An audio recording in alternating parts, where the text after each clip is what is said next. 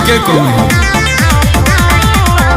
रखी है मोबाइल बात चालू हरा दम गे, डरो ही तो कहे पकड़ई बई नहीं हम गे।